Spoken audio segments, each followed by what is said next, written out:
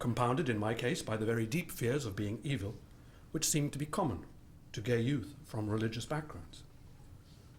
But I've learnt to sit back, look at these assaults, giggle, and be aware that God is much bigger, more powerful, more gentle, and more trustworthy than my heart, and that I shouldn't take myself so seriously as to think that I could really get in God's way very effectively or for very long. Then again, one of the reliefs about coming into the church was precisely that it was not ethics obsessed. I remember a year or so after becoming a Catholic, realizing that one of the first things I had to learn about being a Catholic, bizarrely, was how to sin.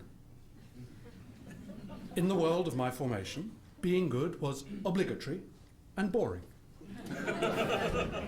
And sinning, being bad, was a terrible letting down of the side, a sort of failure of English gentlemanliness. This meant, in fact, a constant struggle to live up to being good, whatever that meant.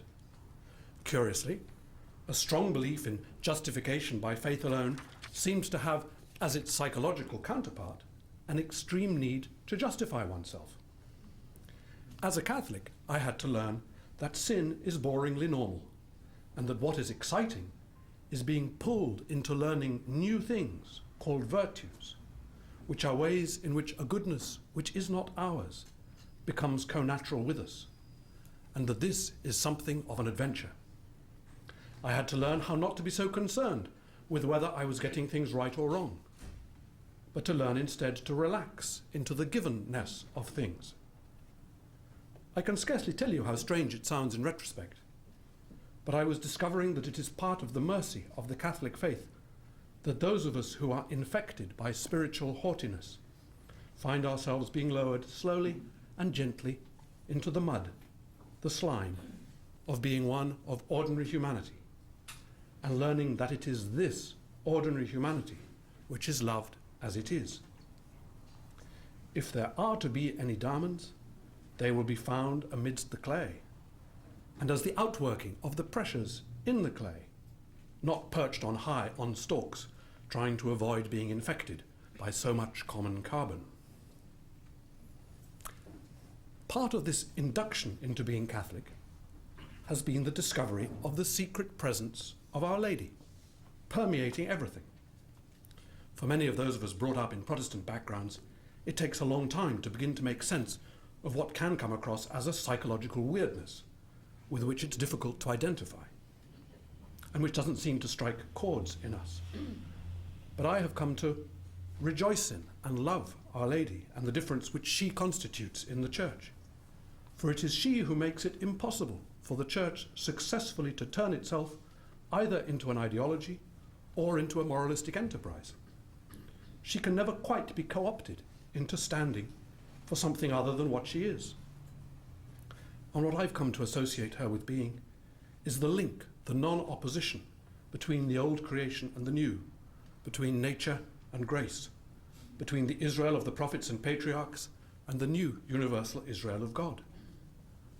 Far too delicate to be clearly delineated, and far too present to be dismissed, she has underlined, seated, and made three-dimensional for me elements of the faith in what her Son is doing, which can only be lived into over time.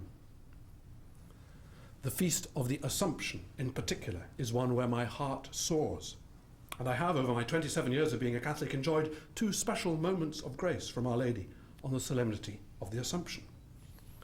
One, when out for a walk in Cochabamba, Bolivia, where a sense of the openness of heaven gave me the inspiration for the second half of my book, The Joy of Being Wrong. And more recently, and even more surprisingly, a grace came when I was desperate to think of a way to finish Faith Beyond Resentment, Fragments Catholic and Gay.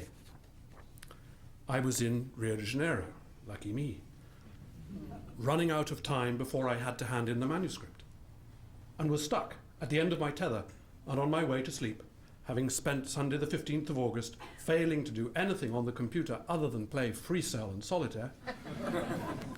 And as I fell asleep, I was given the parable of Nicodemus, the Inquisitor, and the boys in the square, which became the end of the last chapter of the book. I remember giggling as I fell asleep, as the parable was given to me, so preposterous did it seem as an ending for the book. Just as I remember thinking as I wrote it out the next day, that Our Lady's love for her queer children, one of the best kept, but also best known, secrets of the Church, is something which no amount of ecclesiastical homophobia can vanquish.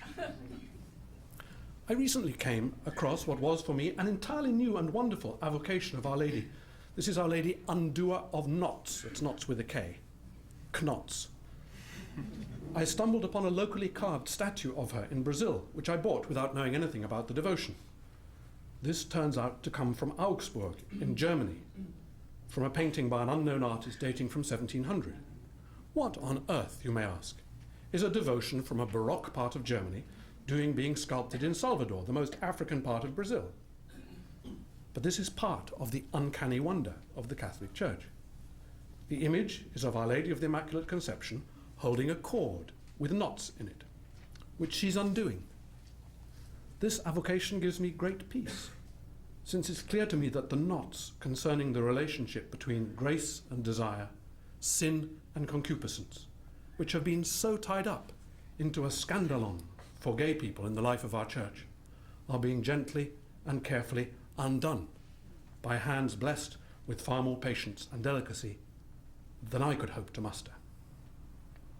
Well, I hope you can see why I was surprised by the question, is it ethical to be Catholic? Being Catholic for me has meant discovering myself on the inside of something where God and many wonderful people are doing things for me, long before I can manage to do anything minimally presentable for others. The relationship between being Catholic and ethics is not a straightforward one, and I'd like to give you a brief reminder of its strangeness before turning to look at how this impacts the queer perspectives which you've invited me to discuss. A few years back, I attended the funeral of a well-known London parish priest, Father Michael Hollings, in Westminster Cathedral. The Requiem Mass was presided over by Cardinal Hume, and there was a huge turnout. Father Michael had been a decorated military officer, well-known spiritual author, university chaplain, and innovative parish priest. The fact that this man, widely but discreetly known to be gay, had, late in life, been suspended for some time over what turned out to be a false allegation of molesting a youth, but had himself asked the police for 2 other counts of inappropriate behaviour to be taken into consideration. This fact didn't seem to have made any dent at all in the huge numbers of people of all ethnic backgrounds who came to his funeral. I don't think anyone who knew him thought of him as flawless, but he was one of those people whose flaws are transparent to grace, and people loved him. Cardinal Hume was on particularly fine form, directing his homily to Michael in his coffin, talking fondly, chidingly, infuriatedly, lovingly. This was how Cardinal Hume used to talk to people. What I and others came away with from this funeral mass, and this is not something that any liturgist can just produce, was a palpable sense of the proximity, solidity, and openness of eternal life. The Catholic faith is, in the first place, and above all, to do with eternal life. And I suppose it's important just to remember that. Why does any of us become Catholic and remain Catholic? Well, ultimately, because it's God's way of giving us eternal life, God's own life. There's something special about this, something characteristic and odd. We find our hearts, minds, and imaginations being opened up to perceive that Yahweh, the God of Israel and creator of all things, was present in the life, teaching, and signs worked by Jesus of Nazareth in such a way that that very special